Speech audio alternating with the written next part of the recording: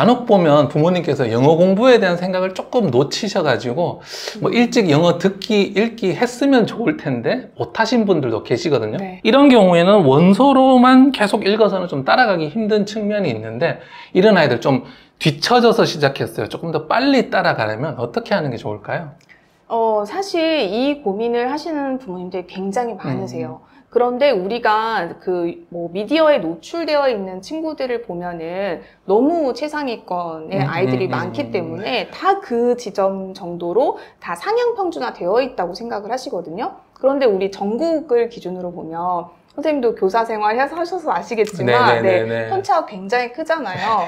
그래서 사실 아직까지도 많은 친구들이 3학년 전에 파닉스를 이제 채우지 못하는 친구들이 많아요. 그런데 실제로 초등학교 3학년부터 학교에서 영어 교과서를 진행을 하는데 그때 알파벳부터 친절하게 알려주시지 않아요. 실제 교육 현실은 그 교육 과정도 마찬가지지만 파닉스 단계까지 굉장히 빠르게 진도를 나가고 있거든요. 그러니까 이게 선행이 되면 좀 좋은데 그게 되지 않은 친구들은 3학년 전에 파닉스가 조금 불안정하다 이런 친구들은 파닉스를 좀 보충해 주셨으면 좋겠다. 이게 조금 사실 현실적인 팁이고요. 그 다음에 또 두 번째 단계가 있어요. 요거는 채웠는데 5학년까지 이렇게 좀 준비가 안 된 친구들이 있어요. 그래서 저는 홀수학년이 좀 중요하다고 말씀을 드리거든요. 3학년과 5학년의 교육과정이 바뀌기 때문에 이제 그 학년군이 바뀝니다. 3, 4학년 군에서 5, 6학년 군으로 그 뛸 때 갭이 있어요. 근데 요거를 채우지 못하는 친구들이 이제 두 번째 케이스예요. 그래서 5학년쯤 됐을 때 이런 것들이 해결되지 않으면 그때는 저는 일단 첫 번째는 교과서를 좀 보셔야 돼요. 근데 교과서를 많이 이제 누락시키시고 공교육의 어떤 그 수준은 누락시키고 학원에 가서 뭔가를 막 급하게 따라가려고 하니까 어려운 거거든요. 일단 학원에 좀 마음이 급하시면 학원에 보내실 수는 있지만 반드시 어머님들이 요 고학년인데 영어가 좀 부족하다 하는 친구들은 학교 교과서, 디지털 교과서도 있으니까요. 거기에서 본문, 거기에 나와 있는 어휘 이런 것들을 먼저 채워주시고 그 다음 단계를 같이 병행해 주셔야 돼요. 확실히 그 말씀하신 게 맞는 게 그 아이들 수준이 정말 너무너무 다양하거든요. 그래서 제가 유튜브에서 주로 말씀드렸던 것들은 그 아이들의 평균적인, 제가 학교에서 봤던 아이들 평균적인 이야기를 많이 하는데 근데 유튜브에서 보시는 분들은 굉장히 상위권 이야기를 많이 들으세요. 그래서 전문가분들이 나오셔도 또 제가 하는 이야기가 또 다를 때도 있는데 이게 대상이 달라서 그런 경우가 많아요. 맞아요. 그러니까 저는 평균적인 아이들을 대상으로 주로 이야기하는데 또 막 뭐 대치동이나 이런 데서 막 학원 하시는 분들은 굉장히 상위권 얘기를 하니까 조금 다르죠. 그래서 들으시는 분께서 저 이야기가 어느 수준의 아이에게 맞는 이야기인지 판단하시는 게 중요할 것 같습니다. 네, 정말 중요하고요. 일단 우리 아이를 면밀하게 관찰하시는 것이 첫 번째예요. 그리고 두 번째 공교육 누락시킨 다음에 그 다음에 사교육으로 덮으려고 하시면 더 큰 문제가 생깁니다. 그래서 공교육의 결손 부분을 반드시 채워주셔야 됩니다. 네, 영문법 이제 또 중학교 가면 많이 중요해지는데 영문법 저도 해봤지만 이게 사실 조금 지루하고 어렵고 하잖아요. 영문법을 아이들이 좀 재밌고 쉽게 접하는 방법이 있을까요? 사실 제가 가장 요즘에 좀 문제라고 생각하는 지점 중에 하나가 뭐냐면 저는 뭐 교재를 오래 만들기도 했고 그리고 교과서도 이제 교육과정을 쭉 따라가면서 만든 사람으로서 지금 현재 초등에 필요한 이 문법 사항들이 있어요. 그래서 초등 교과서에서 주로 다루는 것들, 근데 그것들이 채워지지 않은 상태에서 문법을 시작할 때 항상 중학교 1학년 거부터 시작하신다는 거예요. 왜냐하면 중등을 대비해야 된다고 생각을 하시니까. 그런데 이 문법을 배우는 이유가요, 사실은 우리가 전체적인 맥락을 잘 이해하기 위해서예요. 그러니까 어떤 문장의 원리를 이해하기 위해서는 문법 구조를 필수적으로 알아야 되거든요. 그러다 보니 우리가 그러면 어떤 문법부터 어떻게 시작해야 되는지를 어머님들 역으로 생각을 해보시면 가장 기본적인 문장의 구조를 파악하는 단계부터 시작을 해야 돼요. 그런데 자꾸만 우리는 중등 가면 현재 완료 중요하다. 가정법 중요하다. 특정 어떤 문법 파트를 집중을 하세요. 그래서 그게 해결이 되지 않으면 안 된다라고 생각을 하시고 문법 교재를 몇 바퀴 돌렸냐 이거에 되게 집중을 하시거든요. 그런데 사실 그 특정 문법을 이해한다는 거는 그거를 연습을 해서 암기하는 구조로 가는 거예요. 그렇게 하시면 곤란하고 이 문장이 어떻게 생긴 아이들인지 품사부터 시작을 해서 초등에 가져가야 되는 기본적인 것들, 쉬운 것들 있죠. 그거부터 시작을 하시면 훨씬 아이들이 받아들이기가 쉬워요. 일단 저희가 첫 번째 거부감이 뭐냐면 용어가 한자어를 많이 사용하기 때문에 거기서부터 아이들이 좀 힘들어하거든요. 그러니까 주어, 동사 이런 것도 다 한자어잖아요. 그거부터 시작할 때 기본적인 문장 구조, 그다음에 거기에서 SES, 대문자로 시작한다, 마침표 쓴다 이런 거 기본적인 거를 아이들이 많이 틀려요. 사실 중등에서도 뭐 특별히 뭐 수동태나 뭐 현재 완료나 가정법 이런 것에서 규칙성을 찾아가지고 쓰는 게 문제가 아니라 아이들이 스펠링을 틀리고요. 기본 스펠링, S나 ES, ING 이런 거에서 기본적인 거에서 틀리거든요. 그래서 초등 시기에는 그런 부분을 채워주시는 게 훨씬 중요하고요. 그렇게 쉽게 시작하면 아이들이 재밌어요.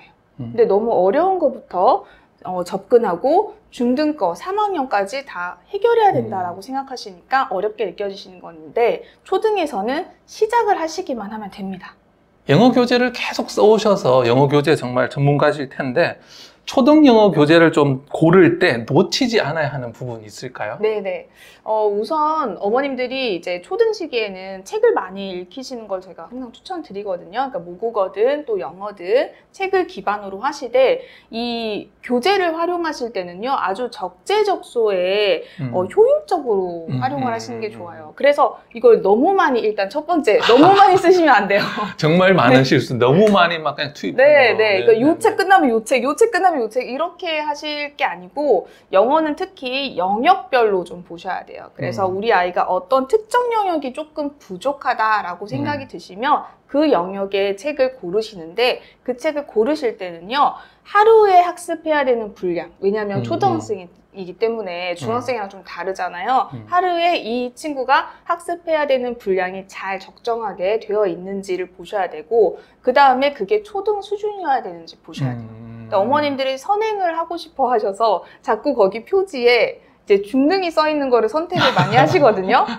그런데 그것보다는 실제로 초등에 채워야 되는 거. 우리 그 문제집 들고 어디 다닐 거 아니잖아요. 집에서 몰래 푸는 거는 아이 수준에 맞게 그렇게 선택하시면 그렇게 실패 없으실 것 같습니다. 제가 또 하나 추가하고 싶은 것은 어머니들이 국어, 영어, 수학을 공부하는 전체 양을 생각을 하지 않으세요. 네, 그래서 맞아요. 수학 전문가 말씀 듣고 와서 이만큼 가져오고 영어 전문가 말씀 듣고 또 이만큼 가져와서 국영수사가 터져나가게 많이 하시는 분들 계시거든요. 전체적인 밸런스도 좀 생각하셔야 되겠다라는 말씀 드리고 싶고요. 또 보면 영어 실력이 아주 뛰어난 아이들이 있습니다. 초등학생인데 AR 3.4점대 이게 이제 중학교 교과서 수준인데 이것까지 무리 없이 읽을 수 있는 아이들 있잖아요. 이 아이들은 그럼 무엇을 어떻게 공부하면 좋을까요?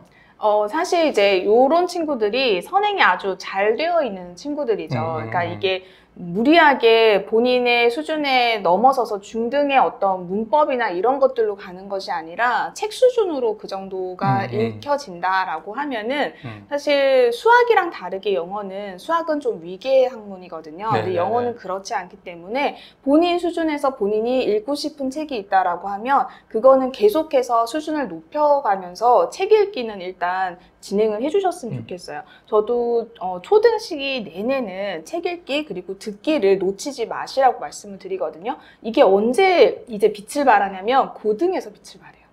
그렇기 때문에 이런 친구들은 영어에 흥미를 잃지 않게 해주시고 어머님들이 이 시점에 욕심이 생기셔가지고 토플이나 이런 것들을 좀 시키시거든요. 그런데 토플은 사실 초등학생에게 과한 과업이에요. 그래서 만약에 정말 너무 시키시고 싶으면 주니어 토플 정도는 제가 오케이 할 수 있는데 그 이상은 조금 무리가 될 수가 있어요. 아이들이 오히려 영어를 좋아했던 친구들이거든요. 그런 친구들은 감을 잃을 수가 있으니까 오히려 책 읽기와 듣기, 영상 보기라든지 이런 것들을 좀 집중해 주시고요. 그리고 오히려 이런 친구들은 저는 문법을 조금 천천히 하라고 알려줘요. 오히려?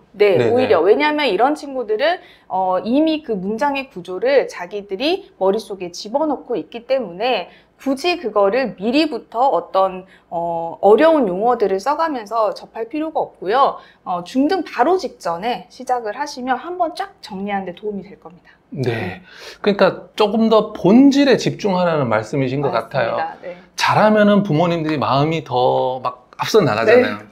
그래서 막 중학교 거 하고 고등학교 거 하고 뭐 이것저것 하는데 오히려 듣고 읽는 이 본질에 집중하면서 영어를 계속 좋아하면서 나아갈 수 있게 해달라는 말씀이었던 것 같습니다. 네, 저희 공식 질문인데요. 네. 초등 부모님 이것만은 꼭 이렇게 말씀드린다면 어떤 말씀 해주시고 싶으세요? 네. 제가 중등맘이잖아요. 네네네. 첫째가 이제 중학교 2학년이거든요. 어머님들 자녀와의 관계 너무너무 중요합니다. 네, 이제 사춘기가 얼마 남지 않았어요. 중등 가면 사춘기가 세게 오거든요. 세게 맞으셨나요? 네네. 세게 오기 때문에 그거를 초등에서부터 관계를 정말 잘 해놓으시면은요, 중등에서 그 관계를 풀어나가는 데 있어서 큰 어려움이 없으세요. 그런데 그렇지 않은 경우에는요, 굉장히 큰 폭풍을 맞이하게 되거든요. 네, 그래서 우리 어머님들이 아무래도 아이의 학습에 관심이 많으신 분들이 이 채널을 많이 보시잖아요. 그러다 보니 학습 쪽으로 너무 포커스를 맞추시다 보면 관계에서 무너지고 있는 것들을 놓칠 수가 있어요. 특히 이제 방학 이용해서 이렇게 잘 지내셨잖아요. 그러니까 2학기에도 아이와의 관계에 좀 초점을 맞추시면 좋겠습니다. 네, 오늘은 영어교재 전문가 이지연 선생님 모시고 이야기 나눠봤습니다. 감사합니다.